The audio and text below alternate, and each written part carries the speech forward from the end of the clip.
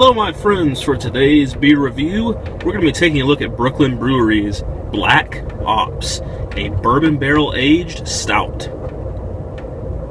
So we are doing this review live from my train car heading up to Chicago. Gonna tour some awesome breweries, do some cool videos, hopefully, and bring back some awesome beers to share with you guys in review, as always. So what we have here, from what I have gathered, is one of the rarest and most sought-after brews that Brooklyn Brewery does as a whole.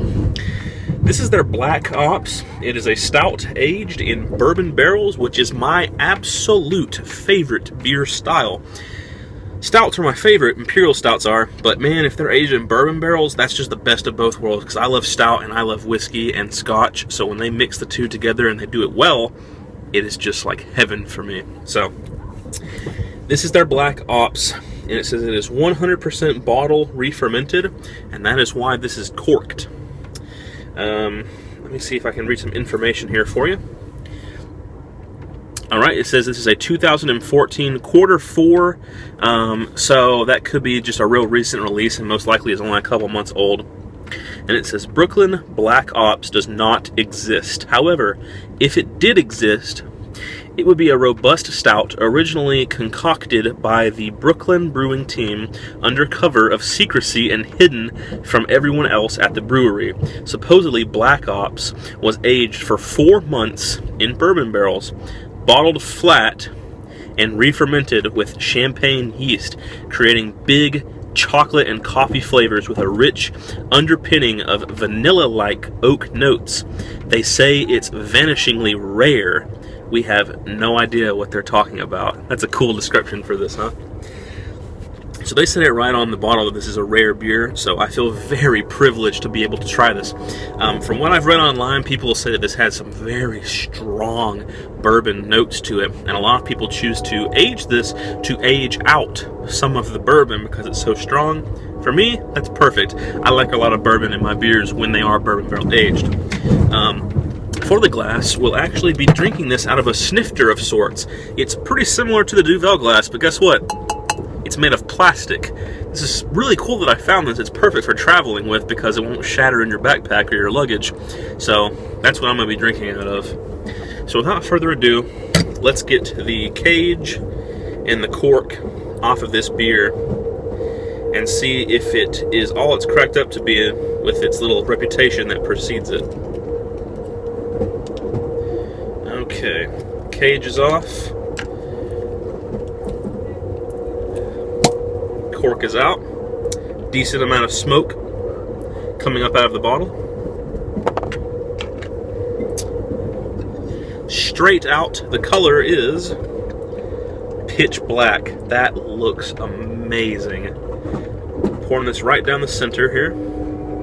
Oh, and I didn't read you guys what the ABV was on this, did I? Wow, I can smell that from here. That smells delicious. 11.6%. This is a massive, monstrous beer that you will definitely be feeling after your first glass. If you drink the whole bottle, like I'm about to, you're going to be tipsy. And that's fine because I want to train and I want to go to sleep easy tonight. Alright, so the color, no need to hold this one up into the light. It is absolutely 100% pitch black, formed about a finger of very dark tan colored head. Let's give it a smell, shall we? Huge amounts of bourbon, malt, bittersweet chocolate, and coffee. And this is, once again, this is like true bourbon, like Jack Daniels or something, like Kentucky style bourbon. You know, it has the caramel, charred oak wood, the smoke, the butterscotch. Those are the kind of things you come to expect from like a true bourbon. And interestingly enough, this has a ton of banana in it. A lot of banana.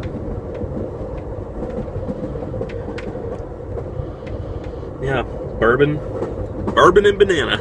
Bourbon, banana, malt, chocolate, and coffee. It smells delicious. Let's give it a taste. I can't wait. Oh man. Wow. That is almost burning.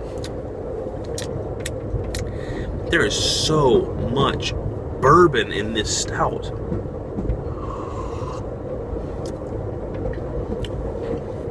Tons of alcohol, caramel, vanilla, butterscotch, toffee.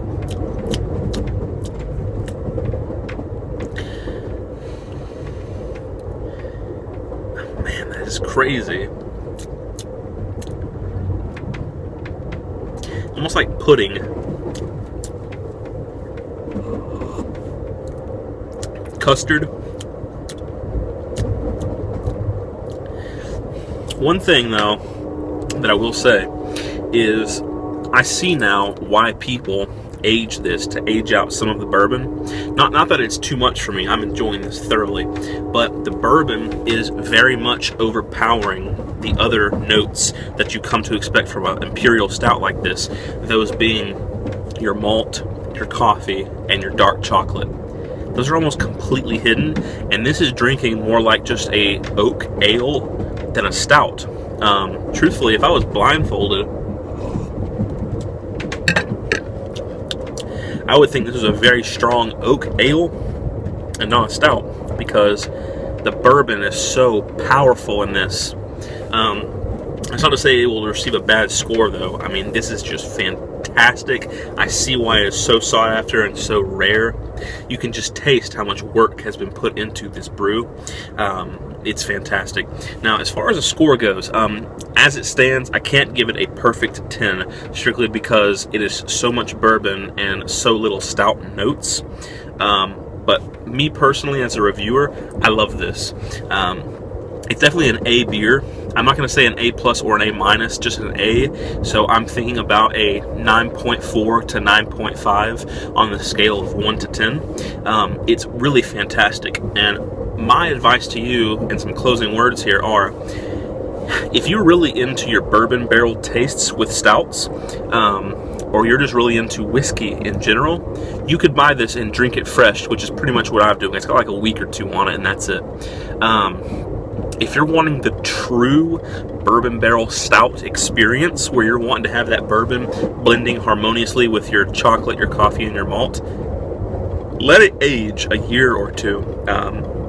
It definitely needs it if you're wanting those to balance out. But if you're like me and you love the bourbon in your beer, then this is great fresh. And I think it's really good as is. You may want to buy 2 bottles, set one aside to age and drink one fresh and see how much of a difference there is. I can't speak from experience, but from what I've read, aging it for a year or two does make all the difference in bringing those malt tones forward and kind of subduing that alcohol of the bourbon taste a little bit. So it's very good. Now, the price on it is pretty steep. I had to pay $20 for this single bottle.